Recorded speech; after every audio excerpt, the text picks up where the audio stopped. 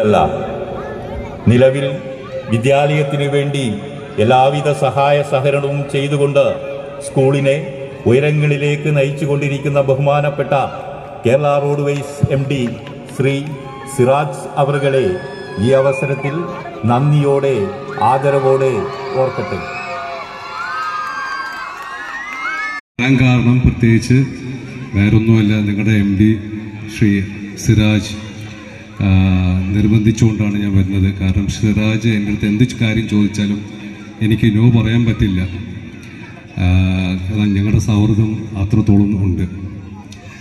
പിന്നെ ഞാൻ ചോദിച്ചു, ഇവിടെ കുട്ടികളുടെ സ്കൂളല്ലേ, ഞാൻ ഇവിടെ വന്നിട്ട് എന്ത് പറയാൻ, എന്ത് സംസാരിക്കാൻ, ഇപ്പോഴും ഞാൻ അന്തമുട്ടി നിൽക്കുകയാണ്. അപ്പോൾ ഇവിടെ കുട്ടികളല്ല, ഇവിടുത്തെ പാരൻസ് ആണ്, അവർക്ക് കാണണമെന്ന് പറഞ്ഞു. ഓക്കെ, അപ്പോൾ ഞാൻ ഇല്ല, എന്ത് പറയണം, എവിടെ നിന്ന് തുടങ്ങണം ഒന്നുമില്ല. നിങ്ങൾക്ക് വല്ലതും ചോദ്യങ്ങളുണ്ടെങ്കിൽ ചോദിക്കാൻ കേട്ടോ, ഇല്ലേ? പക്ഷേ ഒരു കാര്യം എനിക്കിപ്പോൾ എൻ്റെ മനസ്സിലിപ്പോൾ ഞാൻ ഇവിടെ കയറി വരുമ്പം ഓർമ്മയുണ്ട്. കാരണം ഞാൻ എൻ്റെ 4-ാം വയസ്സിലാണ് ബോർഡിങ്ങിൽ എൻ്റെ ഉപ്പ ചേർത്തത്. സോ അത് ഞാൻ ഒരിക്കലും മറക്കില്ല. കാരണം അത് വല്ലാത്തൊരു ഫീലിംഗ് ഉണ്ടാക്കിയൊരു സമയമായിരുന്നു. പക്ഷെ എന്നാലും എനിക്കതിനൊരു എന്താ പറയുക, ഒരു നിരാശ അങ്ങനെയൊന്നും ഇല്ല. ബോർഡിങ്ങിലായതുകൊണ്ട് ഞാൻ ഇന്ന് ഇവിടെ വരെ എത്തി.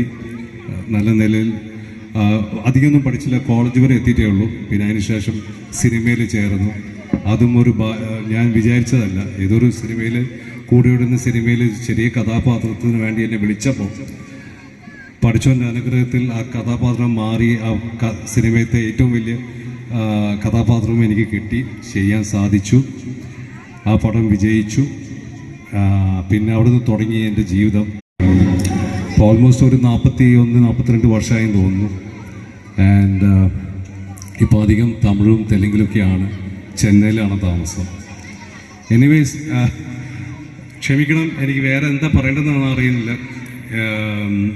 ഇവിടെ ഏതായാലും എന്നെക്കാട്ടിലും ഇവിടുത്തെ ലസിത ടീച്ചറിന് പ്രിൻസിപ്പളായിരുന്ന 30 വർഷം ഇവിടെ സേവനം ചെയ്തുകൊണ്ടിരുന്ന ലസിത ടീച്ചറിൻ്റെ റെസിഗ്നേഷനും റിട്ടയർമെൻറ്റും ഒക്കെയാണെന്ന് ഞാൻ അറിഞ്ഞു ഇവിടെ വന്നതിന് ശേഷം. ലസിത ടീച്ചർക്ക് എൻ്റെ എല്ലാവിധ ആശംസകളും നേരുന്നു. All the best. And parents, thank you. കുട്ടികൾ, താങ്ക് യു. നന്ദി.